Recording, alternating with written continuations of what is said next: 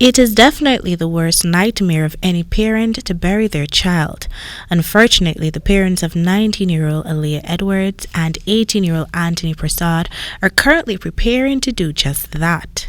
The teens both died on Sunday after the minibus they were traveling in toppled several times, throwing several passengers from its windows at Little Diamond on the east bank of Demerara. Although there were only 2 fatalities, several of the other passengers remain hospitalized in critical state. Among those still fighting for their lives is 17-year-old Johnny Persaud, the brother of the late Anthony Persaud. When Nightly News visited the young Persaud's home on Tuesday, it was revealed that the young man suffered severe chest contusions in the collision. A third brother, Jason Persaud, is especially happy to be alive. He is adamant that his intuition may have saved his life. The 3 brothers had made plans to visit the creek along the east bank of Demerara on Sunday. The young Jason Persaud actually boarded the bus with his brothers, but while on the way suddenly developed a strange sense of foreboding.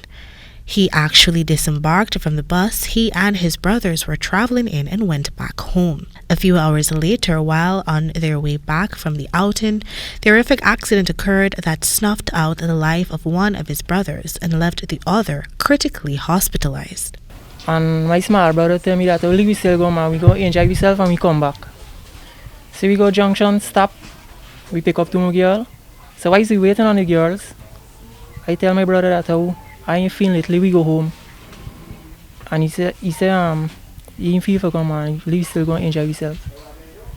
I say, you go in, man, and I come out the bus. Later that night, the lad received word that the bus had crashed, and upon arriving at the hospital, he was greeted with the sight of his brother's corpse. Well, I left school, I couldn't do nothing or say anything to help them. I see they lie down right here and I can't do nothing, nobody can do nothing.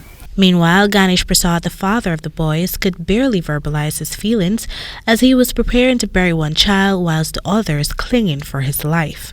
Oh God, it's very hurtful because every minute as you look at these different things in there, they close the boots. Quiet. Not an easy thing to go through.